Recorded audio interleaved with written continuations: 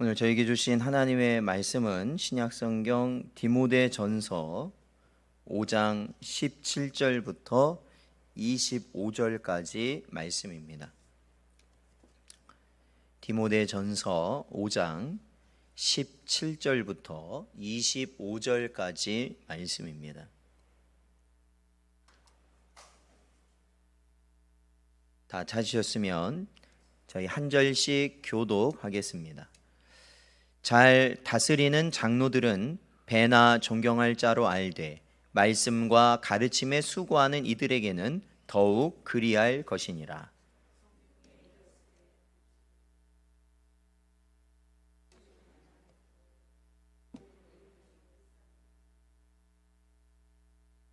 장로에 대한 고발은 두세 증인이 없으면 받지 말 것이오.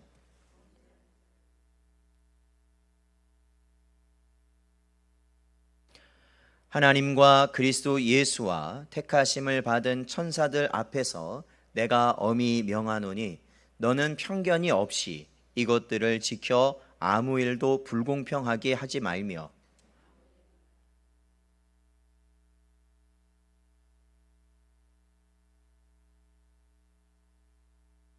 이제부터는 물만 마시지 말고 내 위장과 자주 나는 병을 위하여는 포도주를 조금씩 쓰라.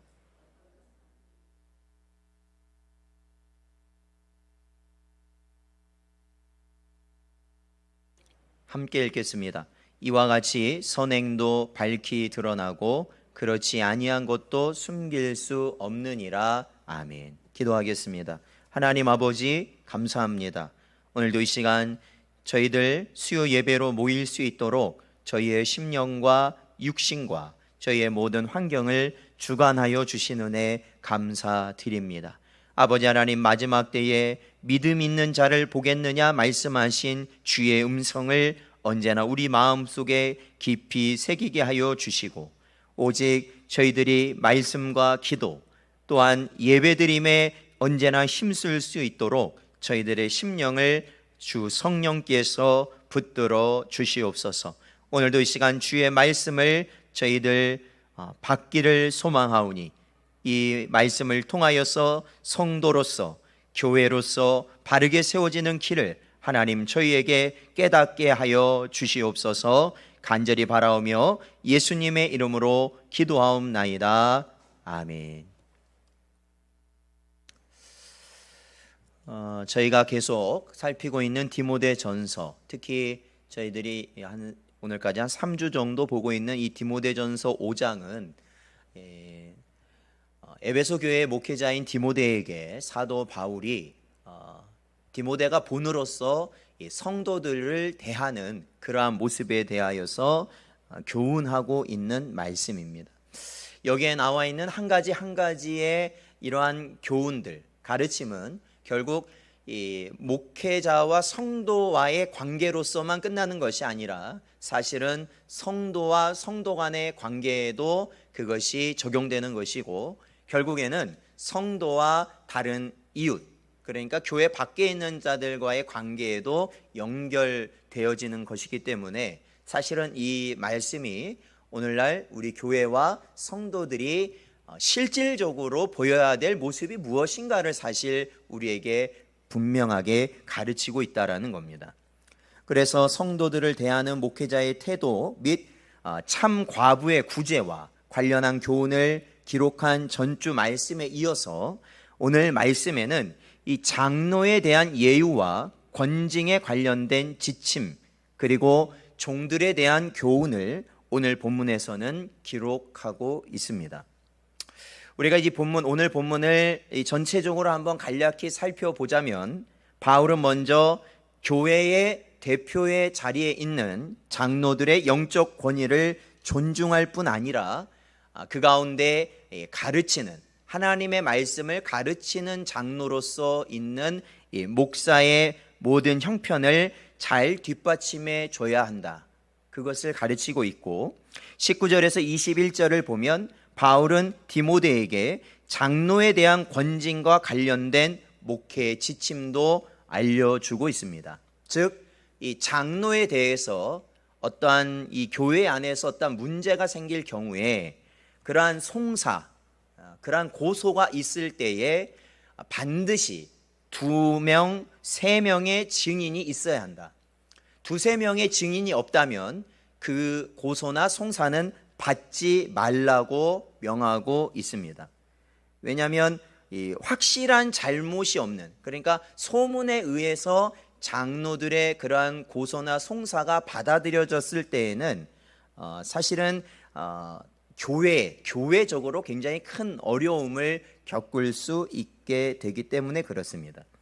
그 이후의 말씀으로는 디모데에게 개인적인 권면으로서 건강을 위하여 포도주를 조금씩 사용할 것, 그리고 금신할 것을 권면하는 내용을 담고 있는 것이 오늘의 본문입니다. 저희들이 17절 말씀부터 조금 자세히 살펴보자면 17절을 보면 이 장로에 대해서 구분하고 있는 것을 보고 있습니다. 17절 보십시오. 잘 다스리는 장로를 배나 존경하고, 그러니까 먼저 어떤 장로가 나옵니까? 잘 다스리는 장로가 등장합니다. 그 다스리는 장로를 어떻게 하라고 합니까? 존경하라는 겁니다. 배나 존경하라. 다른 성도들에 비해서 배나 존경해야 한다라는 것이죠. 그리고 또 한 사람의 장로가 나오는데 그는 누구냐면 말씀과 가르침에 수고하는 이들에게는, 이러한 표현이 등장하는데 여기서는 이 장로 중에 이 가르치는 역할을 하는 장로가 있습니다. 그 장로는 더욱 그렇게 하라. 그러니까 다스리는 장로보다 조금 그 위로 더 존경해야 한다라는 것입니다. 그러니까 여기서 말하고 있는 건 다스리는 장로는 우리가 일반적으로 이 치리 장로라 하여서 이 교회의 여러 가지 많은 일들을 다스리고 그거에 대해서 책임을 지는 장로를 의미하고, 또한 그 뒤에 나오는 말씀과 가르침에 수고하는 장로는 역시 가르치는 일을 감당하는 장로, 즉 목사를 의미하는 것입니다. 그래서 교회에서는 특별히 이러한 장로들에 대해서 존경해야 되고 그들을 위해야 된다. 그게 바울의 가르침입니다.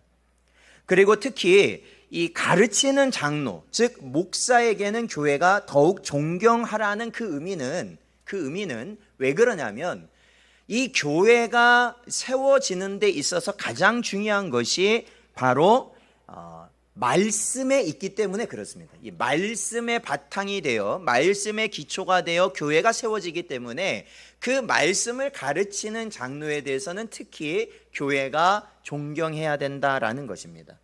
교회는 진리의 기둥과 터이다 라고 성경은 분명히 기록하고 있습니다. 그래서 우리가 반드시 기억해야 될 것은 교회를 세우는 길, 온전한 교회를 세우는 길은 어떠한 우리가 이 시대에 맞는, 어떠한 시대에 뒤떨어지지 않는 것을 갖추는 것이 이 시대의 교회를 세워나가는 것이 아니라 사실은 올바른 말씀을 통하여 성도가 양육되어질 때 바로 진정한 교회는 세워진다라는 것입니다. 그러므로 목회자는 오직 말씀과 기도로서 어지러운 세상 가운데서 성도들이 하나님께서 원하시는 바른 길을 갈 수 있도록 목회자는 언제나 기도하고 말씀을 통하여 양육할 수 있는 것에 최선을 다해야 한다는 것이고, 그러한 길을 가게 하기 위해서는 교회는 목회자의 다른 모든 여건을 살펴봐 줘야 한다라는 것이죠. 왜냐하면 그러지 않으면 어떻게 되겠습니까? 목회자 역시도 사람이기 때문에 여러 신경 쓸 일이 있잖아요. 저희들이 살아가면서 그 일을 다 같이 감당하고서는 말씀과 기도에 사실 전념한다는 것이 어려운 것이 현실이라는 겁니다. 그래서 교회는 바로 그러한 목회자의 존경함과 동시에 그의 제반을 책임져 주었을 때 교회가 하나님의 말씀 그리고 그 기도로 말미암아 세워지게 될 수 있다라는 것이죠. 그래서 이와 같이 성도들은 대표적으로 교회를 위하여 수고하는 자들을 위하여 정중하게 예우해야 하며, 이를 받는 자들 역시, 그러니까 뭐예요? 교인들로부터 존경을 받고 그러한 교인들의 관심과 사랑을 받는 자들의 위치에 있는 장로나 목사들은 어떻게 해야 되느냐? 그것이 자신의 권위가 아니라는 걸 알아야 됩니다. 그게 권위가 아니라 그럴수록 어떻게 되냐면 자신들의 사명을 더 충실히, 열심히 그것을 감당하기 위해서 노력해야 한다. 노력해야 된다. 그러니까 그렇게 하는 것이 마땅하다. 이거에서 끝나면 안 되고, 그러한 것을 우리가 받았을 때는 우리의 사명이라는 게 있다라는 겁니다. 그러한 이 존경과 사랑을 받는 그러한 사명이 있다라는 것이죠. 그것에 우리가 더욱 최선을 다해서 힘써야 하는 위치에 있다라는 것입니다. 이것이 바로 교회 안에 성도들의 합당한 관계의 모습이라는 겁니다. 사실 이러한 모습은 목회자와 성도뿐만 아니라, 그렇죠? 우리가 일반적으로 우리가 생활하는 우리 부모와 자녀의 관계, 그리고 그 밖에 여러 조직에서도 동일하게 적용된다라는 것을 우리는 알게 됩니다. 그렇죠? 앞서가는 자들이 있어요. 어디 가나 앞서가는 자들이 있죠. 여러분, 부모가 왜 가정에서 존경받아야 됩니까? 그 가정의 공동체를 이끌어가기 위해 부모는 어떠한 역할을 해요? 앞서서 일을 하기 때문에 그렇습니다. 앞서서 일을 해요. 먹을 것과 입을 것과 생활할 모든 것을 책임지는 존재가 누구예요? 부모이기 때문에 자녀들은 마땅히 어떻게 해야 돼요? 공경해야 되는 것이죠. 존경해야 되는 것이죠. 그리고 부모들은 어떻게 생각해야 되느냐? 그러한 관계, 자녀들이 자신들을 공경하고 존경하는 그러한 것이 그저 너희는 어리고 약하니까 당연해, 이러한 것이 아니라 하나님이 우리에게 보내신 귀한 존재들임을 부모들은 깨닫고 더욱 할 수 있는 한 최선을 다해서 자녀들을 바른 길로 양육하기 위하여 힘쓰는 존재, 그것이 바로 부모 자녀 간의 관계의 모습이라는 것입니다. 그리고 마찬가지인 것 같아요. 우리가 일반적으로 직장이라든지 회사라든지 또한 성도가 운영하는 사업장이라든지 이러한 모든 곳에서 사실은 이러한 원리대로 이루어지는 것이 합당하다라는 것이죠. 여러분, 오늘날 왜 이렇게 혼란스럽는가? 이 사회가 굉장히 혼란스럽지 않습니까? 그리고 조용할 날이 없죠. 어떤 이들은 이런 것이 굉장히 어떻게 보면 좋은 모습이라고 말을 하는 사람도 있지만, 여러분은 어떻게 생각하세요? 아니, 좋아도 정도가 있죠. 아니, 어느 말을 해도 정도가 있죠. 그렇죠? 저희가 아무리 저희가 유식하지 못하고 어떠한 배움이 적은 자들이지만 이미 이러한 모습이 어떻다는 걸 느끼고 있어요. 선을 넘었다는 것은 다 느끼고 있잖아요. 이러한 사회적인 모습, 사람이 사람을 대하는 모습이 정말로 이것은 잘못되었구나라는 것을 우리는 느끼고 있단 말이죠. 본능적으로 느끼는 시대라는 것이죠. 그런데 특히 이러한 모습을 조장하는 것이 뭐냐? 권위에 대한 부정이라는 것이죠. 권위를 부정하기 때문에 그렇습니다. 앞선 자를 부정해 버립니다. 심지어는 앞선 자를 자신보다 어떻게 여기는 거예요? 하대하는 경향까지 나타나는 것이 오늘날의 모습입니다. 하대해 버려요. 아예 하대를 해버린다고요. 이것은 올바른 관계가 아니거든요. 왜? 앞선 자는 아까 누구라고요? 여러 가지 얘기했겠지만 앞선 자는 모든 그 공동체에 있어서 모든 일을 책임지는 자라는 겁니다. 책임지는 자예요. 모든 일을 앞서서 책임지는 자라는 겁니다. 그렇기 때문에 우리는 그를 존경하고 그의 결정을 따르고 그를 살펴봐줘야 되는 것이거든요. 그런데 오히려 하대해버린다는 거예요. 자식이 부모를 어떻게 해요? 하대해버린다는 거죠. 학생이 선생을 하대해버린다는 것이죠. 국민이 지도자를 하대해버린다는 것이죠. 여러분, 이것은 절대로 성경적이지도 않을 뿐더러 이것은 복받는 길이 아닙니다. 복받는 길이 아니에요. 그렇기 때문에 하나님의 말씀을 제대로 알고 있는 성도들이 하나하나가 어떻게 되는 겁니까? 바로 이러한 질서를 회복시키는 것에 힘써야 된다라는 것입니다. 어디서부터 시작하는 거예요? 교회에서부터 시작하는 것이고, 그리고 또 그것이 어디로 가는 겁니까? 우리의 가정으로 가는 것이고, 그것이 또한 어디로 가야 됩니까? 우리의 직장과 우리의 생업이 있는 곳에 그대로 적용이 되어야 한다라는 거예요. 사랑하는 성도 여러분, 오늘도 우리에게 주신 이 말씀을 통하여서 우리는 분명히 깨달아야 합니다. 바로 우리가 마땅히 존경받아야 될 자를 존경하고, 그리고 그 존경받는 자들은 마땅히 자신들이 그 누구보다 최선을 다해야 할 삶을 깨닫고 그 일을 감당해 나아가는 것, 그것이 바로 참된 교회의 모습이라는 것, 그것을 깨닫고 그 일을 위해 기도하시고 우리가 그러한 자들이 될 수 있도록 또한 힘쓰시는 여러분 되시기를 축원드립니다. 여러분 19절 말씀을 보면 아까 제가 잠시 언급했지만 장로에 대한 고발은 어떻게 해야 되냐, 두세 증인이 없으면 받지 말 것이다 라고 기록하고 있습니다. 그러니까 여러분 교회라는 곳이 사실은 항상 좋은 얘기만 있는, 미담만 있는 곳이 아니잖아요. 그렇죠? 여러 가지 소문과 여러 가지 의혹과 정말로 여러 가지 말들이, 사실은 여러 가지 말들과 일들이 일어나는 것이 교회인데, 앞서서 일하다 보면, 그렇죠? 앞서서 일하는 자들에게 항상 무엇이 따라다니냐면 말이 따라다니기가 일쑤입니다. 그리고 그 말이 어떻게 되냐면 결국 그 앞선 자, 특히 여기서 말하면 장로를 어떻게 해요? 고발하게 되는 그러한 상황까지 일어나게 된다라는 것이에요. 사도 바울은 이러한 것에 대해서 이렇게 얘기합니다. 여기 19절에 분명히 나와죠. 두세 증인이 없으면 그 고발은 성립되지 않는다라는 것이, 받지 말으라는 겁니다.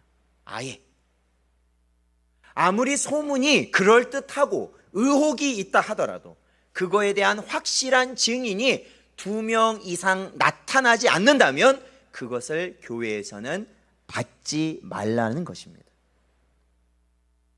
그러니까 말하기 쉬운 의혹만으로는 안 된다라는 거예요. 교회의 지도자를 고발하는 것은 안 된다라는 것입니다. 이는 지도자의 권위와 명예는 바로 무엇과 직결하는 것이냐면 교회 자체와 직결되기 때문에 그렇습니다. 교회 지도자를 고발한다는 건 결국 교회를 상대로 한다는 거예요. 사실은 우리가 이렇게 법이 있잖아요. 사실은 교회도 무엇이냐면 교회 법이 있습니다. 저희 교단에 있는 교단 헌법이 있고 그 헌법 안에서 교회에서 일어나는 일들이 사실은 처리가 돼요. 그래서 교회에서도 법정이 있고 그 법정에서 그러한 이 것들이 다루어집니다. 그런데 결국에는 그거에 대해서 승복하지 못하면 그게 어디까지 가냐면 세상 법정까지 가는 거예요. 사실은 요즘은 보통 다 세상 법정으로 가는 경향이 있죠. 근데 여러분 보십시오. TV나 뉴스를 통해서 어떤 교회에서 어떤 문제가 일어나서 그것이 세상 법정으로 갔다, 그렇죠? 그 말을 들었어요. 그러면 이거는 누구의 잘못을 떠나서 여러분은 어떻게 생각을 하셔요? 세상 사람들은 뭐라고 생각을 합니까? 지들끼리 밥그릇 싸움하는 것밖에 안 되는 거예요. 쉽게 말하면 부정적이 돼버리는 것이죠. 하나님의 영광을 가려버리게 되는 것이에요. 그렇기 때문에 교회에 있어서도 특히 지도자에 관련된 그러한 문제에 대해서는 특별히 엄격하게 바울은 증거가 확실해야 된다라는 것이, 그것이 있기 전까지에는 결정하지 말라는 것이죠. 그래서 우리가 성경을 보면 이스라엘 백성을 출애굽시킨 지도자가 있었죠. 모세입니다. 하나님께서 모세를 지도자로 세우셔서 430년간 종살이하던 애굽에서 나오게 하시고 광야에서 그 지도자 아래서 지내게 하셨는데, 항상 일어나는 문제가 뭐였냐면 그 안에 이스라엘 백성 가운데 모세에 대하여 대항하는 자들이 항상 있었다라는 겁니다. 지가 뭔데 저만 하나님의 사람이고 지도자가 되느냐는 것이죠. 그래서 항상 대항하는 자들이 있었어요. 그랬을 때마다 하나님은 어떻게 하셨냐면 그러한 모세를 비방하는, 대적하는 자들에게 무거운 벌로 심판하셨어요. 그리고 잘 아는 대로 아론의 쌍난 지팡이와 같은 것, 표적을 보여주시면서 바로 모세를 지도자로서 인정하도록 하셨다라는 겁니다. 그렇게 해서 모세를 세워주셨던 것이죠. 그러나 여러분, 여기서 중요한 건 뭐냐면 그래서 무조건 지도자라고 해서 잘못된 걸 덮고 가야 된다, 이 말이 아닙니다. 20절과 21절을 보면 그 죄가 확실하다면, 그런데 2명 이상의 증인이 나와서 그 죄가 확실하다면 이 상황은 완전히 180도 달라지게 됩니다. 20절과 21절을 보면 그가 누구라도 편견과 편벽됨이 없이 공정하고 공의롭게 처리하라고 바울은 지시하고 있습니다. 그러니까 장로가 되었던, 목사가 되었던, 아니면 교회 안에서 영향력이 강한 누구가 되었던 간에, 누가 되었던지 간에 잘못한 것이 분명히 있다면 그것을 숨기지 말고 어떻게 하라고요? 공개적으로 책망하라는 것입니다. 그러니까 오늘날에도 7이라는 것이 있습니다. 저희들 교회 법에 7이라는 것이 있어요. 7이란 뭐냐? 성도로서 하지 않아야 되는 행동이나 그러한 말이나 어떠한 것을 했을 때에 그를 공개적으로, 그것이 확정되면 공개적으로 그것이 잘못된 것을 모든 성도들 앞에서 공포하는 것입니다. 그리고 거기에 합당한 벌을 내리게 되는 것이죠. 그것이 원칙입니다. 그래서 사실은 우리가 보통 법치라는 것이 있지 않습니까? 세상에 보면 법치국가라고 하잖아요. 법치국가가 뭐냐면 쉽게 말하면 법대로 다스리는 나라입니다. 이 말이 어떠한 말이냐면 법 앞에서는 모두가 평등하다라는 것이죠. 권력이 있는 자든 권력이 없는 자든, 돈이 있는 자든 돈이 없는 자든, 능력이 있는 자든 능력이 없는 자든 누구든지 법을 어겼을 경우에는 예외 없이 어떻게 되느냐? 벌을 받아야 된다라는 것입니다. 사실은 이 법치라는 것이 이 세계에, 이 땅에 드리워진 것이 얼마 안 됩니다. 몇백 년 안 돼요, 사실. 이 법치라는 것이 들어온 것은 어떠한 이유 때문이냐? 바로 하나님의 말씀을 믿는 교회가 그 법치라는 것을, 그 개념을 들여오기 시작했기 때문에 그랬어요. 왜 그러느냐? 교회는 어떠한 집단이냐면 하나님 말씀 앞에 모두는 뭐예요? 하나님 말씀이 최고예요. 하나님 말씀 앞에 모두가 죄인이고 평등하죠. 그렇죠. 바울이 말한 것처럼 하나님 말씀 앞에서는 목사나 장로나 어떠한 자라 할지라도 소용없습니다. 말씀을 어기게 되면 그 어긴 바대로 어떻게 해요? 그 죄를 묻는 것이 교회입니다. 그러니까 법 앞에서는 모두가 어떻게 해요? 평등하다는 개념이 바로 교회에서 나오게 되는 것이죠. 그것이 오늘날 말하면 우리는 말씀이고 이 땅에서는 뭐라고 합니까? 그거를 헌법이라고 합니다. 헌법. 헌법이라고 그래요. 그래서 헌법이 최상위 법이고 이것을 고치는 것은 쉽습니까? 어렵습니까? 굉장히 어려운 이유가 바로 그겁니다. 굉장히 어려운 이유가. 바로 이것이 기독교의 말씀의 그 내용이 나와서 이루어진 체계이기 때문에 그렇습니다. 그래서 심지어 최고 권력자라 할지라도, 왕이라 할지라도, 헌법이 있는 한 왕이라 할지라도 함부로 할 수가 없고, 헌법이 있는 한 대통령이라 할지라도 어떻습니까? 함부로 할 수가 없는 것이에요. 그렇죠. 함부로 할 수가 없어요. 그래서 법에 따라야 되는 것입니다. 레위기 19장 15절 말씀에 보면 너희는 재판할 때에 불의를 행하지 말며 가난한 자의 편을 들지 말며 세력 있는 자라고 두둔하지 말고 공의로 사람을 재판할지며 라고 레위기 말씀은 기록하고 있습니다. 여러분, 하나님은 분명히 말씀하시죠. 재판할 경우에 불의로 행하지 말라. 그런데 이 뒤에 말씀을 보면 야, 이 법이라는 게 이런 거구나라는 걸 깨닫게 됩니다. 뭐 어떠한 거느냐? 가난한 자라고 해서 편들지 말으라. 그렇죠. 그러니까 보통 보면 우리가 법을 적용할 때 어떻습니까?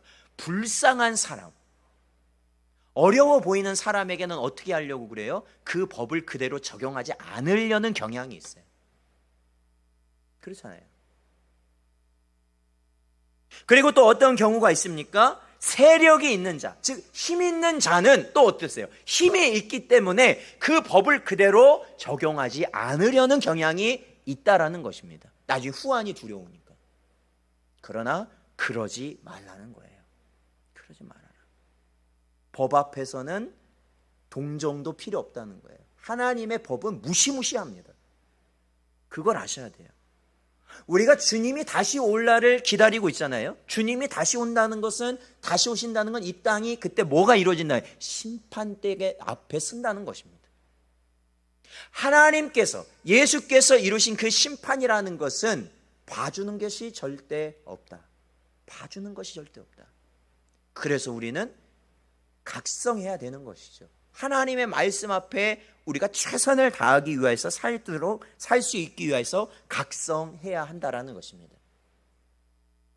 그렇기 때문에 이 바울은 22절 말씀을 통해서 교회가 안수 주는 일을 어떻게 하라면 경솔히 안수하지 말아라 라고 말하고 있거든요.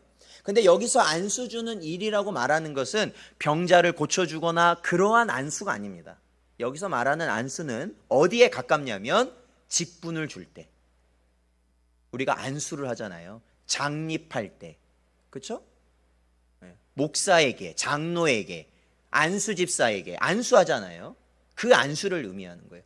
경솔히 주지 말라는 거예요. 직분을 경솔히 주지 말라는 거예요. 왜 그러느냐? 그 사람들이 그 자격이 안 되는 자들이 직분을 받아서 경솔하게 행동을 해버리면 뭐가 흔들려요? 교회가 흔들려 버리기 때문에 그래요. 흔들려 버리기 때문에 그렇습니다. 그러니까 오늘날도 쉽게 목사가 되고 쉽게 어떻게 보면 그러한 직분을 받고 나서 어떻게 해요? 범죄를 저지른다든지 아니면은 교회 안에서 도대체 성도로서 할 수 없는 그러한 일을 일으켜버리면 어떻게 됩니까? 교회로서는 굉장히 큰 어려움에 처하게 되죠. 해결할 수가 없는 거죠. 그리고 더 중요한 것은 하나님의 영광을 가리우게 된다라는 것입니다. 그래서 그런 것을 경솔히 하지 말아라. 왜냐하면 초대교회 같은 경우에는 교회들이 일어서는 상황이거든요. 교회라는 조직이 별로 없다가 이제 일어나는 상황 아닙니까? 점점 부흥하니까.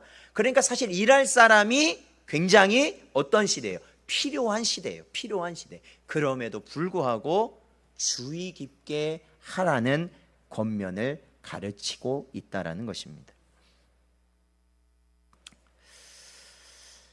오늘 본문 23절 말씀 보면 23절 말씀은 사도 바울이 디모데에게 개인적 권면을 주고 있습니다. 23절을 보니까 이제부터는 물만 마시지 말고 내 위장과 자주 나는 병을 위하여 포도주를 조금씩 쓰라. 그러니까 이것을 통해서 보면 글쎄요, 그때 당시 목회자였던 디모데에게도 위장병이 굉장히 심해서 그랬는지 신경을 많이 써서 어쨌든 위장에 병이 있고 그로 인하여서 굉장히 그 질병으로 고통을 받고 있었던 것 같습니다. 그런데도 이 디모데는 그것을 어떻게 하냐면 그냥 물만 마셨다. 그거에 대해서 따로 어떠한 처치를 하지 않고 그냥 물만 마시는 모습을 보였을 때 사도 바울은 당시에 질병 치료와 건강에 도움이 되도록 하는 당시의 약과 같이 쓰이는 것이 뭐였냐? 그게 바로 포도주입니다. 그게 바로 포도주. 예. 그게 바로 포도주예요. 예. 뭐 상처에 싸매 주기도 하고 또한 원기를 회복시켜 주기도 하고 또한 방금처럼 아픈 위를 달래주는 약으로 쓰이고 피로 회복을 하기 위해 쓰였던 것이 포도주인데 그것을 어떻게 하라는 겁니까? 조금씩 쓰라 이렇게 권면하고 있다는 것이죠. 우리는 이 권면을 통해서 우리가 하나님의 능력을 구하며 우리가 살아가고 있는데 그 능력을 구한다는 것이 어떠한 모습인가를 우리가 좀 엿볼 수 있는데 사실 바울은 누구였습니까? 바울은 자기에게 다가오는 병든 자를 고쳐주는 사람이 바울이었어요. 그렇잖아요. 바울이 가지고 지니고 다녔던 물건에 손만 대도 병이 나았을 정도입니다. 그런 능력이 있던 사람이 바울이에요. 그러면 여러분이 바울이었다고 생각해 보세요. 그럼 어떻게 하겠어요? 내가 가서 고쳐줄게. 너 아파? 내가 가서 고쳐줄게. 이런 말 안 나오겠습니까? 근데 바울은 그런 말을 쓰지 않았다라는 겁니다. 오히려 약을 사용하라라고 가르치고 있어요. 약을 사용해라. 그러니까 믿음과 신앙이 깊을수록, 그리고 성령의 은사와 능력이 많을수록 신비한 능력을 오용하는 길로 가는 것이 아니라, 여러분 중요한 게 그겁니다. 진짜 혹여나 하나님이 나를 통해서 그 능력이 나타나도록 하셨다 할지라도 그 능력이 어디서부터 나온 거예요? 나로부터 나온 거예요? 내가 고쳐주고 싶으면 때에 따라서 고쳐줄 수 있는 겁니까? 아니라는 겁니다. 그거 아니라는 거예요. 하나님의 능력을 이거는 부정하는 것이 아니라, 그러한 능력이 나타날 때에는 하나님께서 하시고자 할 때 나타난다라는 거예요. 그게 내 능력이 아니라는 겁니까? 사도 바울의 능력이 아니라는 겁니다. 그렇기 때문에 사도 바울은 아주 상식선에서 얘기하는 것이죠. 너에게 그런 질환이 있다면, 병이 있다면 약을 조금씩 써라. 그것은 하나님이 아직 너를 고쳐주시지 않기 때문에 약을 조금씩 쓰면서 그것을 달래어서 치료해라 라는 것이죠. 사랑하는 성도 여러분, 세상의 상식과 지식을 옳게 선용하는 지혜를 가진 자들이 오히려 하나님의 능력을 체험한 자들이에요. 하나님의 진정한 능력을 체험한 자들은 결코 자신이 오만하게 그 능력을 함부로 쓸 수 있다라고 말하지 않습니다. 오히려 굉장히 두려운 거거든요. 왜냐하면 그렇잖아요. 나는 하나의 도구에 불과한 거라는 거잖아요. 맞죠? 나는 하나의 도구고, 하나님의 능력이 이 도구인 나를 통해서 그 사람에게 전달된 거 아닙니까? 나를 통해서 전달됐다라는 거예요. 그러니까 하나님이 그 능력을 나를 통해 보내지 아니하시면 그 능력을 나타내게 할 수 없다라는 거예요. 그렇잖아요. 하나님이 하신다라는 거예요. 그런데 그것이 마치 내가 원할 때에 바로 나오는 것이라고 말을 한다면, 그것은 이미 하나님 앞에서 교만한 자예요. 교만한 자. 그러므로 우리가 이 땅을 살면서 오히려 그러한 능력 앞에 우리가 겸허히 겸비한 모습으로 하나님께서 이루시고 하나님께서 우리를 통해서 그 일이 이루어지게 하실 그 순간만을 우리들이 바라고, 우리는 오히려 더 우리가 상식적이고 올바른 지식 안에서, 이 땅의 질서 안에서 행하는 것이 오히려 그것이 우리에게 합당하다라는 것이에요. 합당하다. 그러니까 이 잘못된 예가 뭐예요? 그러니까 낫게 한다고 모여가지고, 옛날에는 그게 많았죠. 안수 말고 또 있었죠. 안수 말고 뭐 있어요? 안찰이라는 게 있었어요. 성경에는 없는데 안찰이라는 게 있었어요. 안찰이 뭐 하는 거예요? 막 때려요. 아니 그 때리면 은혜를 안 받으려 해도 받게 된다니까요. 눈물이 막 쏟아져요. 아픈데 그럼 안 울겠습니까 그게? 막 그리고 열이 안 날래 안 날 수가 없어요. 여러분 맞으면 열이 나잖아요. 근데 한 사람이 때리는 것도 아니고 집단으로 때리니, 그래도 버티고 안 울면 어떡해요? 더 때려요. 그러다가 사람이 어떻게 되는 경우가 있어요? 맞아 죽는 경우가 생겨요. 맞아 죽는 경우. 근데 맞아 죽게 되었는데도 그거를 어떻게 해요? 올바로 판단 못하고 어떻게 합니까? 하나님이 더 큰 역사를 보이시기 위해서 잠시 잠자게 했다. 그래가지고 뭐예요? 이제 곧 부활한다고 하고 기다리는 거예요. 이제 곧 부활한다. 살아난다. 사랑하는 성도 여러분, 이것은 전혀 우리가 아는 그 상식의 선이 아니에요. 그것을 넘는 순간은 어떠한 순간이냐면 하나님께서 역사하시는 순간밖에 없다라는 것이에요. 그러니까 우리가 오늘날 보면 정말 대단한 그러한 일들을 일으키는 그러한 것들을 보게 되거든요. 어디서 많이 보게 돼요? 예? 기도원이 요즘은 기도원도 잘 안 가니까 그런 거 기도원에 잘 못 봐요. 어디서 많이 보여야 돼요? 예? 유튜브에서 많이 봐요. 주의하세요. 유튜브에서 많이 봅니다. 예? 그러한 거는 막 사람들이 때로 몰려가서 봅니다. 아주 때로 몰려가서. 그만큼 사람들은 뭐예요? 그런 거에 미혹되기가 쉽고 예수님께서도 말씀하셨잖아요. 주님 오실 날에 보면 여기에 그리스도가 있다, 저기에 그리스도가 있다, 여기에 선지자가 있다, 저기에 선지자가 있다. 근데 요즘 유튜브 제목 보세요. 이 시대의 선지자랍니다. 에? 여기 선지자 있다, 저기 선지자 있을 거라고 예수님이 말씀하시는데 요즘 제목들을 보세요. 이 시대의 선지자가 나타났다. 똑같죠? 그게 우리를 현혹시킨단 말입니다. 성령 하나님 안에서 그러한 것을 분별하고 참된 은혜의 길을 갈 수 있는, 능력의 길을 가는 여러분 되시기를 축원드립니다. 그게 굉장히 중요한 것이에요.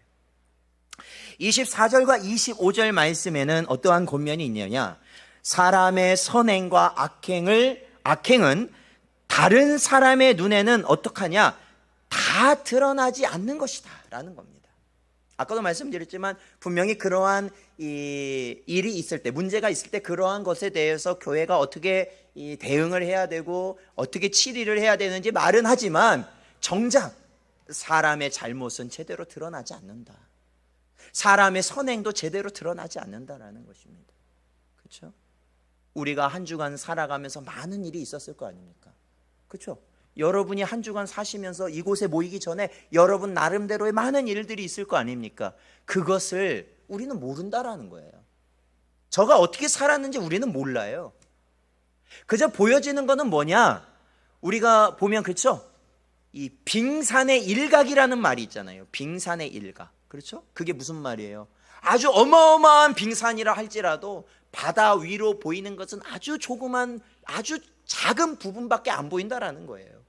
그래서 배가 그것을 무시하고 가다가 침몰하게 되는 경우들이 있다라는 거 아닙니까? 조그맣게 안 보이니까. 그러나 그 밑에는 어떻게 해요? 어마어마한 얼음덩어리가 있다라는 것이죠. 그게 바로 우리의 모습이라는 거예요. 지금 보기에는 경건한 것 같고, 지금 보기에는 선한 것 같고, 모든 것이 하나님 앞에 합당한 것처럼 보이지만 우리 눈으로 볼 때는, 그러나 하나님이 보시기에는 어떻다는 거예요?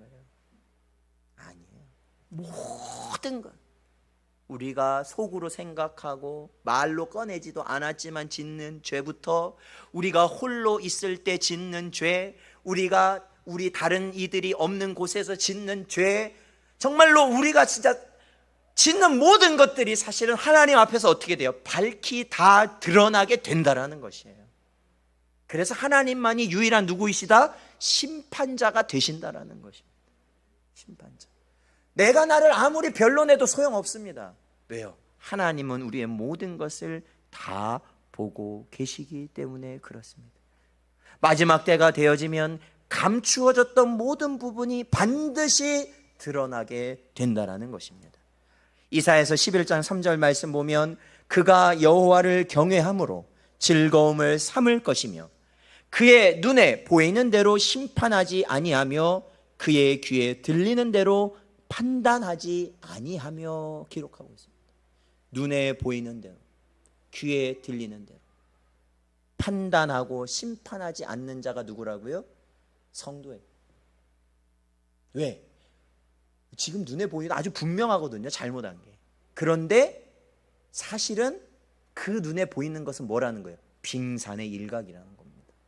그것만 보고 비판했다가는, 그것만 보고 잘못했다고 했다가는, 성경에 나온 대로 뭐예요? 너의 비판이 곧 나를 비판하는 기준이 되어버리고 만다는 거예요. 비판하는 자는 뭘 받게 된다고요? 비판받게 될 것이다. 비판받게 될 것이다. 그래서 우리는 우리가 판단하거나 우리가 심판하는 것이 아니라 바로 살아계신 하나님께서 반드시 심판하실 것이다. 하나님의 공의로. 그거는 우리는 믿고 살아가야 된다라는 것이죠. 그러므로 사랑하는 성도 여러분, 드러나는 것만을 가지고 판단해버리는 자가 되지 마십시오. 그냥 모여서 쉽게 한마디 하죠. 그러한 한마디 하는 것이 나중에 다 어디에 나오느냐? 하나님, 우리 예수님의 심판대 앞에 그것이 그대로 다 드러납니다. 우리는 한마디 하고 잊어버렸던 것이 다 나타나는 것이에요. 그래서 우리가 말 한마디 하는 거에 있어서도 항상 신중하게 하는 것이 하나님의 성령과 동행하는 자의 모습인 겁니다. 신중해야 되거든요. 왜? 결국에는 이것이 다 쌓여서 하나님 앞에 밝히 보여질 것이기 때문에 그렇죠. 우리의 판단 기준은 내가 판단하는 것이 기준이 되는 것이 아니라 불꽃과 같은 눈으로 감찰하시는 하나님이심을 여러분 꼭 기억하시기 바랍니다. 매사에 조심하세요. 교회뿐만 아닙니다. 교회일 뿐만 아니에요. 우리가 가정의 일도 마찬가지고 직장의 일도 마찬가지고 특히 오늘날 이 정치 돌아가는 일도 마찬가지입니다. 조심하십시오. 말하는 것에 있어서 그것을 주의해야 하는 것이 바로 성도의 본분입니다. 사랑하는 성도 여러분, 오늘 주신 말씀과 같이 우리가 앞서서 힘쓰는 자를 잘 섬기고 그러한 섬김을 받는 자들은 더욱더 최선을 다하여 하나님을 높이고 성도를, 교회를 위하여 힘쓸 수 있는 그러한 교회가 되기를 주의 이름으로 축원드립니다. 그리고 마지막 때에 이단의 사설에 현혹되지 않고 오로지 하나님 한 분만이 유일한 심판자가 되심을 우리가 끝까지 인정함으로 우리가 흔들림 없이 주님 오실 그날까지 살아가는 복된 이 교회와 여러분 되시기를 주의 이름으로 축원드립니다. 기도하겠습니다.